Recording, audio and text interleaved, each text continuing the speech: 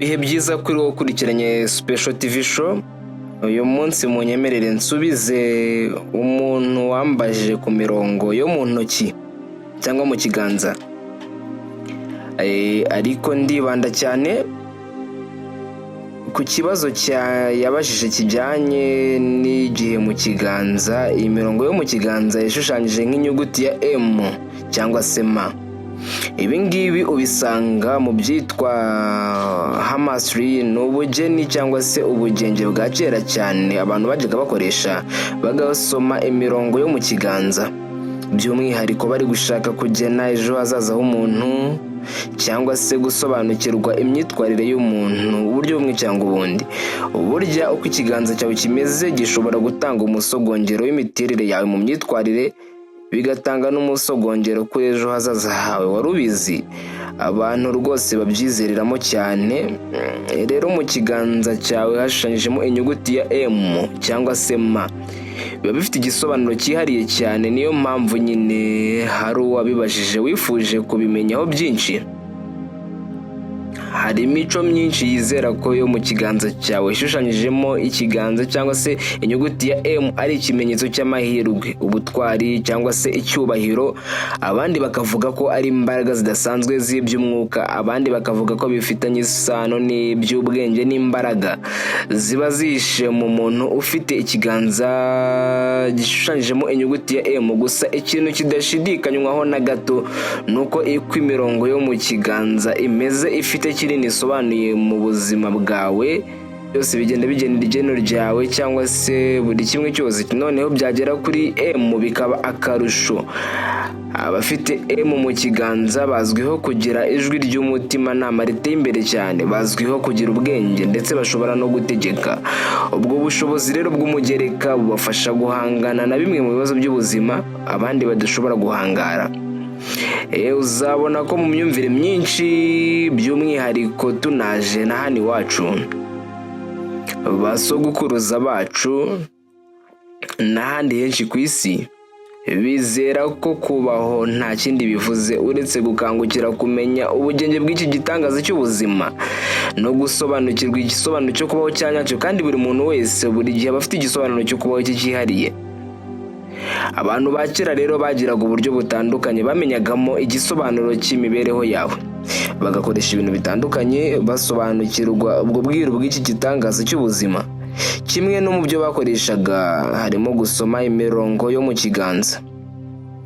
Nk'uko tugira ibikumwe bitandukanye, imboni z'amaso zikaba zitandukanye. Ku isi yose muri miliyaridi 8 zituye isi, nta muntu n'umwe mushobora guhuza igikumwe. Ibyo ni ibintu abantu benshi bazi. Niyo mpamvu ujya gusinya bakakubwira ngo tera igikumwe. Nta n'umuntu mushobora guhuza imboni y'amaso. Ni nako n'imirongo yacu yo mu kiganza buri muntu wese aba afite iyihariye, nta muntu mushobora kuyihuza ku isi. Niyo mpamvu no mu gufunga za coffre-fort mu bigo bikomeye, hari aho barenga gukoresha igikumwe bagakoresha ikiganza, ugashyiramo ikiganza kugira ngo urugi rufunguke. Ubu budasa buri mu muntu wese yigiramo. Hari abahanga mu by'ubwiru baravuga ko tubikomora mu nyenyeri ziri mu kirere. Burya buri muntu wese yifitemo urubaraga rw'inyenyeri.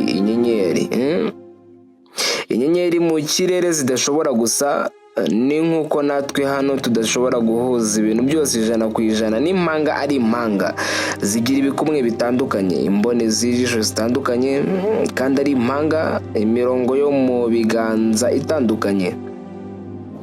Hari ibintu udashobora guhuza n'undi muntu uwo ari we wese kuri iyi si. Inyenyeri ziri mu kirere nizo zitugira abantu b'umwihariko kuri buri wese.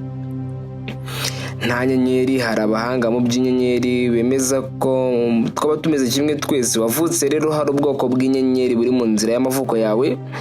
Niyo mpamvu itariki wavukiye ari umwihariko, bijyana n'inyenyeri ziba ziri mu kibariro cyawe. Ibi rero biguha imbaraga z'umwihariko udashobora guhuza na mugenzi wawe, bikanaguha ibikuranga udashobora guhuza na mugenzi wawe. Nta muntu n'umwe ku isi uhuza imirongo yo mu kiganza na mugenzi we. Imirongo yo mu kiganza ifite ahantu itandukanira n'iya mugenzi wawe binyuze mu burebure butandukanye, amasangano atandukanye, ndetse n'abo tuvuga bafite inyuguti ya M mu kiganza, ntabwo izo nyuguti ziba zishushanyije kimwe, kubera ko uburebure bw'imirongo n'imiterere yayo iba itandukanye kuri buri muntu. Hamwe uzasanga umuntu afite iyo nyuguti ya M ariko hagati harimo inyuguti ya X, ahandi usange ntirimo. Uko byagenda kose hazaba harimo itandukaniro rigaragarira amaso cyangwa se iritagaragarira amaso. Hamwe usanga imwe n'imwe imirongo ibyibushye, ahandi usanga irananutse, ahandi usanga iracikaguritse gutyo. Muri make ntabwo ishobora gusa. Mu gusoma rero ubusobanuro bw'imirongo yo mu kiganza, abahanga mu gusoma iyo mirongo bashatse n'ubwoko bwayo. Ahanini bagendeye ku mirongo itatu y'ibanze itsitse igaragara mu kiganza, niyo bahereyeho bayita amazina, banayitirira ubwoko runaka. Ubanza n'uriya wo hejuru utangira uturutse ku ntoki niwo ubanza. Uriya murongo bawitirira umutima. Ni umurongo w'umutima, heart line. Abahanga mu kuwusoma rero nibo bahereye bagaragaza ko uwo murongo ushobora kwerekana uko umutima wawe umeze. Iyo urwaye umutima bashobora kubirebera kuri uwo murongo. Iyo ufite amarangamutima atameze neza bashobora kubirebera muri uwo murongo cyangwa kuri uwo murongo. Umuntu uzi gusoma iyi mirongo areba mu kiganza gusa akamenya ko urwaye umutima. Hari umuntu rwose uba uri nk'umuhanga mu gusoma iyo mirongo ku buryo areba mu kiganza gusa akamenya ko urwaye umutima. Kera abavuzi gakondo wajyaga kubareba akareba mu kiganza cyawe gusa agahita amenya icyo urwaye n'umutari buguhe nta kindi kintu akubajije. Ngenda nabyibuka cyane rwose. Uyu murongo ni nawo ushobora kureberamo umuntu ugukunda bya nyabyo. Iyo wabwirwaga n'umuntu ko agukunda, ubibwiwe akaba azi kureba mu kiganza no gusobanura icyo iriya mirongo ivuze, yashoboraga kureba mu kiganza cyawe akamenya nimba umubeshya cyangwa se utamubeshya. Akenshi yarebaga impera z'uwo murongo w'umutima. Iyo umuntu aganjwe n'umutima, uyu murongo uba urambuye wose, utarimo uduce, ahubwo impera zawo zikagaba n'amashami y'indi mirongo. Ayo mashami akaba arenga nk'atatu byibuze. Iyo yabaga ari munsi y'atatu habaga harimo ikibazo. Hari udushami tuba tugomba gushamikiraho kuri uwo murongo ku muntu ufite urukundo rwinshi muri we. Hari igihe rero umuntu akubwira ko agukunda ukareba se uyu muntu urukundo rwo ararugira. Wareba kuri uwo murongo wakurikiza kuri iyo mirongo ugahita usanga nta rukundo afite rwose. Ari nako byabaga bimeze rwose mu kureba ibibazo by'umutwe. Barebaga umurongo w'umutwe, headline ni uyu murongo wa kabiri rero. Uwa kabiri wagereranya n'urimo hagati niwo murongo w'umutwe. Uyu werekanaga niba umuntu ari umunyabwenge cyangwa ari umuswa. Uyu murongo wo hagati iyo wimbitse cyane, udacikaguritse kandi ugororotse, ari muremure wo byabaga bisobanura ubwenge, gutekereza neza cyangwa se ubuhanga. Na n'ubu hari abakibigenderaho. Hanyuma umurongo wo hasi ari nawo wa gatatu n'uvuga ubuzima, lifeline. Akenshi iyo ugororotse neza udacikaguritse ubusobanura ubuzima buzira umuze. Burya niyo urwaye ushobora kubirebera no ku mirongo yo mu ntoki. Akenshi uyu murongo iyo ugororotse gutyo ntuba urwaragurika. Bikanavugwa ko uyu murongo ari muremure uba uzanaramba burya. Iyo ari muremure ukaba wanarenga ugafata no ku bice by'uruhu by'inyuma, uba ushobora kuzaramba rwose. Bivuze ko iyo ucikaguritse aho uba ugomba kwitwararika ku buryo haba harimo ikibazo, aba ari ikinyuranyo. Ubundi mu buryo bworoshye bwo kubyumva, kuva kera umurongo ugororotse neza wabaga usobanuye ikintu cyiza. Umurongo ugororotse neza kandi wenda wimbitse, utsitse, ubyibushye, udacikaguritse wabaga usobanura ikintu cyiza. Naho umurongo ucikaguritse cyangwa se ugeramo hagati ugacika cyangwa se agashamikiraho utundi duce, bikaba bisobanuye kwigengesera cyangwa se kwitwararika. Ubundi mu ncamake ni uko abantu babyizeraga. Mu gusoma mu kiganza rero hari aho imirongo yabaga yihuje ikarema icumu. Ubwo ndi kuvuga nko mu Kinyarwanda ukuntu babisobanuraga. Ibyo byabaga bisobanuye ubusinzi. Nyogokuru ibintu yarabizi cyane. Wahura n'umusaza cyangwa se umukecuru yakorera mu kiganza, agahita aguhanura ati mwana wanjye rero ati uzahorana rwangendanye nyinshi. ariko bifitemo urubaraga rw'ubutsinzi uzashikamo uzahatane. Nubwo imbere ibisitaza ari byinshi ariko uri umutsinzi. Icyo usabwa ni ukutarangara gusa, arebye mu kiganza gusa wajya kubibona. Ugiye mu kanya gukora agahita akura mu kiganza, agahita amenya byinshi cyane kuri wowe. Ukajya gusura nyogokuru agahita areba mu kiganza, agahita asanga harimo imirongo iremye nka mpande eshatu. Kumva kujyanye hirya arakubwira ati mwana wanjye rero uri umunyamahirwe, barumuna bawe bakubahe kandi bakwegere cyane niho uzabakiza. Ari umukecuru bikwibwiriye kubera ko byabaga bisobanuye amahirwe menshi azaza mu buzima bwawe. Wowe uzagerageza ibyo ushaka mu buzima bwawe, amahirwe azagusekera. Ibintu byose uzerekezaho amaboko bizagusekera. Arebye mu kiganza gusa, aho abandi bazaburira niho uzahahira. Abandi bakavuga ati uriya mukecuru ko ari umupfumura, ati nyamara yasomye mu kiganza yahise amenya ibyo ari byo. Abantu bakajya bahora batonze umurongo kwa mukecuru, bakajya bahora bari mu kiganza akababwira. Ahandi wenda ugasura sogokuru agasoma mu kiganza agasanga imirongo ntigaragara neza cyangwa se iracikagurika, bikaba bisobanuye amahirwe make. Ubwo mu kuguhanura akabwira ati mwana wanjye rero bizagusaba kutishinga abandi, uri umunyantege nke, bizagusaba gukora cyane kugira ngo uzibe icyuho. Nujya ubona abandi baryamye amasaha 10 ujye uryama 5. Nibakora 5 bagataha, wowe ujye ugumayo ukuturuze rwose utunare, uba ukube kabiri ukora amasaha 10 kugira ngo uzibe icyuho, kuko niho umugisha wawe uri. Akaba ari kakubwira tuzagira urujijo rwinshi mu buzima, uzabaho ubuzima budasobanutse neza, ariko igisobanuro cy'ubuzima bwawe kizaturuka kuri wowe ubwawe.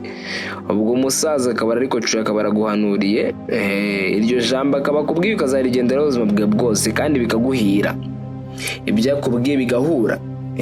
Nzo muntu nyirakuru yarebye mu kiganza amubwira ko nubwo yavukiye kwa ngofero ariko azaba umukire. Yabigendeyo kandi koko birahura, biba impamo. Ibi ni ibintu bya kera cyane. Abakurambere bacu uko byagenda kose mu kubaho kwabo bagombaga guhanura cyangwa se kandi bagahanuza mu bakuru, si no mu bapfumu gusa. Buri muntu wese ufite ubunararibonye yashoboraga gupfumurira. Abantu bose bavutse kera ntago byabagaho ko babaho ubuzima budafite igisobanuro, budafite isezerano runaka. Buri muntu wese yagiraga isezerano. Abantu ba kera bagiraga isezerano, ibintu babyizeragamo kandi bikabakorera, akabaho azi neza igeno rye kandi n'ahantu umugisha uri, ku buryo bashoboraga kumunyuraho ukamwitwaraho nabi ukakwihorera, kuko umugisha yabaga azi ko uri mu guca bugufi. Turimo kuturajyana, ni ibintu nyine bihereragamo. Nta muntu washoboraga kubaho adafite ihame runaka.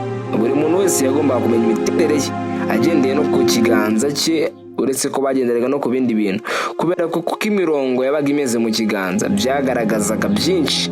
N'abavuzi gakondo bakabisuzumiramo uburwayi umuntu afite. Kera nta bikoresho byo gusuzumaga byabagaho.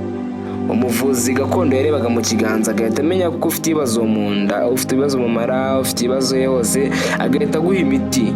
Akareba mu kiganza agahita amenya ko ufite ikibazo mu mutima, agahita aguha imiti y'umutima. Murumva ko ibintu byabaga bitoroshye. Ngira ngo muri kubyumva neza cyane. Rero iyi mirongo yo mu kiganza igiye isobanura byinshi mu buzima bw'umuntu. Byanga byakunda nawe umurongo ufite mu kiganza cyawe ufite igisobanuro cyawo.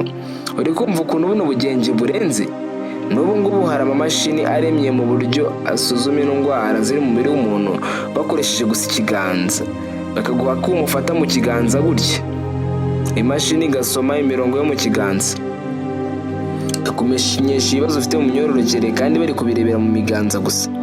Ibyo ufite mu mpyiko, ibyo mu mwijima, mu mara, mu bwonko n'ahandi, kandi ibintu bigakora. Kandi ako kuma kagashyiraho abantu batandukanye, buri wese kakamugaragaza uko ntibihure n'ibya mugenzi we, kubera ko imirongo yo mu kiganza iratandukanye. Ako kuma nako kaba karakozwe bagendeye ku mirongo yo mu kiganza, bagashaka kumvishwa mu kiganza ari ahantu harenze. Tekereza ko abantu ba kera bakoreshaga amaso gusa akamenya ibintu biri imbere kandi bigahura. Ubu ngubu noneho bazanye ibyuma ufataho bikareba imbere, mu kugena ubuzima buzira umuze, uburwayi, ahazaza, urukundo.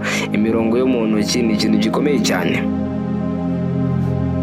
uretse buriya bwoko butatu twarebeye hamwe habaho n'ubundi bwoko bw'umwihariko urugero hari ubwoko bw'iyi mirongo bushingira ku murongo ubanza cyane cyane uriya w'umutima.